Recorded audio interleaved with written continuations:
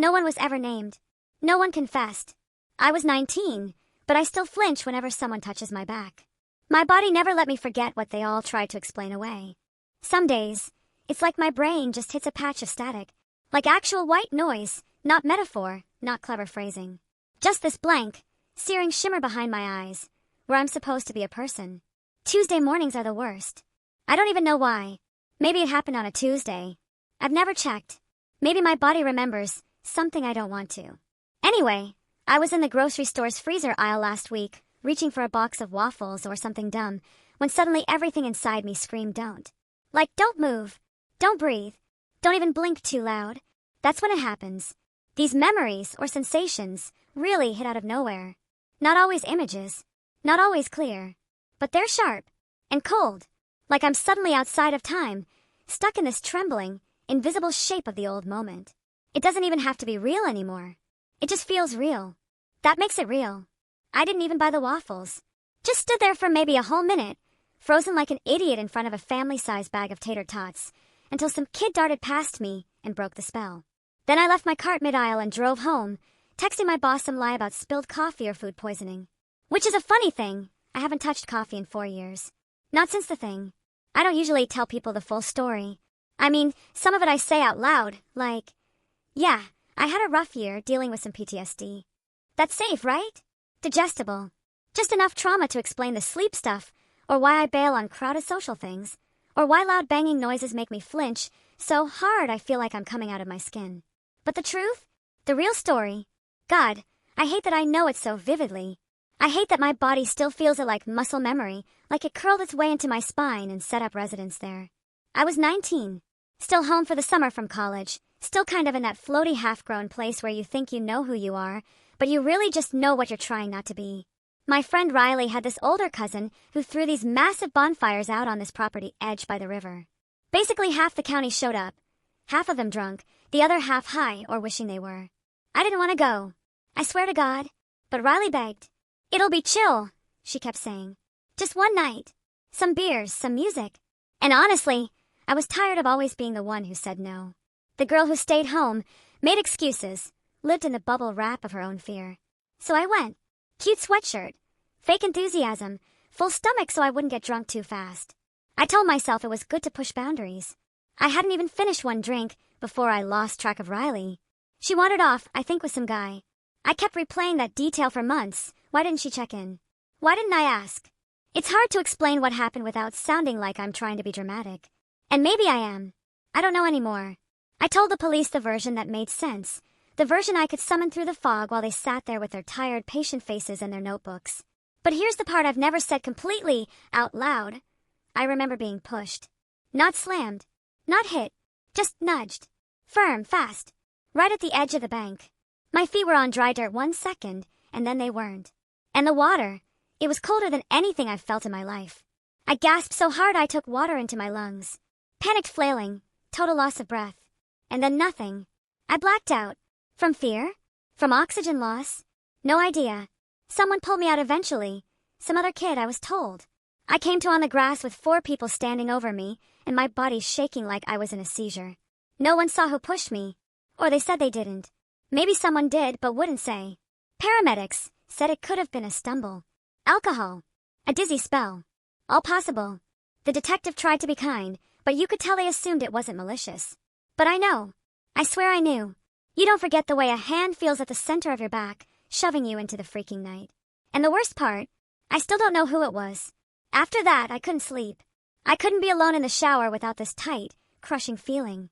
I couldn't hear water pouring without getting that prickling surge of hot panic up my throat. I dropped out of that semester, moved back into my parents' house, did virtual therapy, and then stopped because I got tired of explaining myself in circles.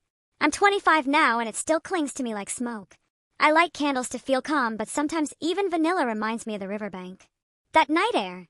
That shape of terror that still curls around my ribs on random afternoons, like it never left. And nobody got punished. Nobody even got named. I don't even know if they remember. After that night, I operated in this kind of strange duality, like, my body did all the normal things, brushed teeth, answered texts, went to the bank, but my brain was stuck near that river forever. Like it built a second version of me, quietly pacing the wet grass at midnight, just reliving the moment frame by frame like it was looking for something it missed. What is worse, is how people start treating you afterwards. Like you've been cracked open, and now they can see the leaking parts, and it makes them uncomfortable. So they say shit like, it could have been worse, or at least you're okay now. Which is such a wild sentence. At least you're okay. Okay where? In what region of me? Like on paper? Because yeah, I guess I have a job. My heart still beats. But spiritually, internally, I haven't seen okay in years. Even my mom doesn't know the full thing. She asked questions at the time, when I first came home shaking and half-drenched and losing my mind. She held me while I cried and took me to urgent care the next morning when my chest felt like it was trying to collapse inward. But she also needed it to be a short story, a fixable one, something with a beginning and middle and end so she could file it away as handled. I let her have that. I think I needed her to think I was getting better, so I could pretend I was. People don't do well with lingering trauma. They get weird if it doesn't follow a convenient arc.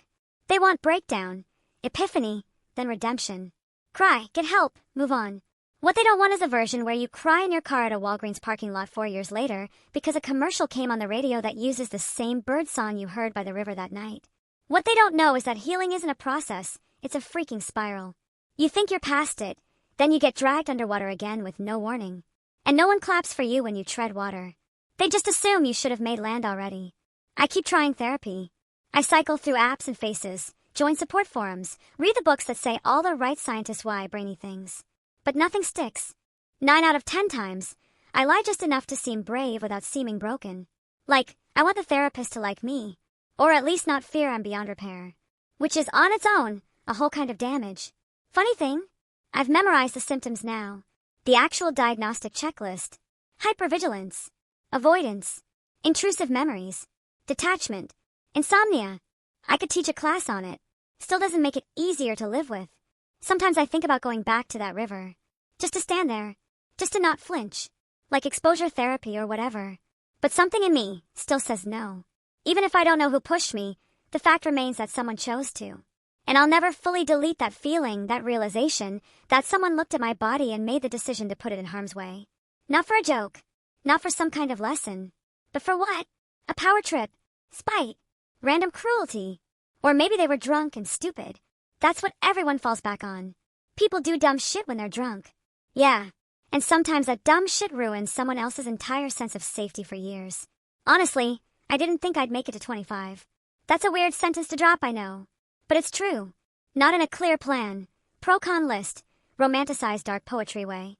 Just in this quiet, sticky fog way, where every morning felt exhausting and the idea of surviving decades like this felt impossible.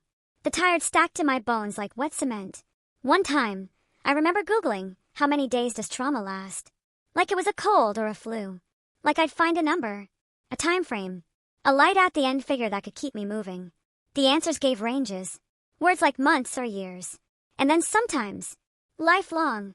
That paralyzed me. Lifelong. Like forever. And here's the cruel irony. When you don't have a visible wound, people forget to factor it in. I smile. I laugh sometimes. I show up to things. And by all accounts I pass. I am okay. So when I cancel last minute, or need to leave the cinema 10 minutes in because the sound of rushing water in Dolby stereo triggers a flashback, I see it in their faces. The confusion. The annoyance. The silent calculation of, is she being dramatic? I've burned friendships over it. And I hate that I still feel guilty about that. Guilt is the last thing someone who's been through trauma should carry, but it shows up, uninvited, wearing your old clothes and using your own voice. And maybe the strangest part of all is that there are still moments of hope. Like, real, non-cynical, non-performance hope. The other night, I stayed up past midnight journaling. Raw stuff. Ugly handwriting, cry through it stuff. I ended up writing a letter to the me who almost didn't make it. Not poetic. Just honest. I told her I'm not fixed. I still float away sometimes. But I'm here. I'm learning how to carve out space between the panic attacks.